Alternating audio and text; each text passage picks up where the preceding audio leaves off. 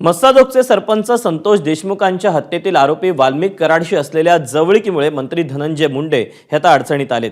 सातत्याने विरोधकांकडून त्यांच्या राजीनाम्याची मागणी होते। निशाण्यावर असलेले धनंजय मुंडे म्हणतात की निर्णय मुख्यमंत्री फडणवीस आणि उपमुख्यमंत्री अजित पवार घेतील, तर अजित पवारांनी राजीनाम्याच्या निर्णयाचा चेंडू फडणवीसांच्या कोर्टात टाकला। त्याला काही वेळ होतो न होतो तेच दिल्ली दौऱ्यावर असलेल्या मुख्यमंत्री फडणवीसांनी राजीनाम्याबाबत पवारांचा निर्णय अंतिम असेल असं वक्तव्य केलं।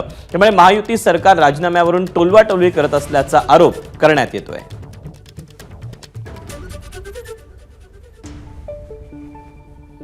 जे माझ्या स्तरावर असेल ते मी माझ्या स्तरावर सोडेल, जे मुख्यमंत्र्यांच्या पर्यंत न्यावं लागेल ते मी मुख्यमंत्र्यांना सांगेन। हे सांगताना लोकप्रतिनिधींना पण विश्वासात घेईल। दोन मंत्रिमंडळात सहकारी तुमच्या भागातले ते धनंजय मुंडे आणि पंकजाताई, त्यांनाही आम्ही विश्वासात घेऊ। धनंजय मुंडे हे आमच्या मंत्रिमंडळातले मंत्री आहेत, त्यामुळे त्यांना भेटायची चोरी नाही। ते मला कधी भेटू शकतात, मी त्यांना कधी भेटू शकतो, कुठल्याही कामाकरता भेटू शकतो। आणि त्यांच्या राजीनाम्याच्या संदर्भात अजितदादांनी स्पष्ट भूमिका मांडलेली आहे। अजितदादांची भूमिका हीच अधिकृत भूमिका आहे। एबीपी माझा, उघडा डोळे बघा नीट।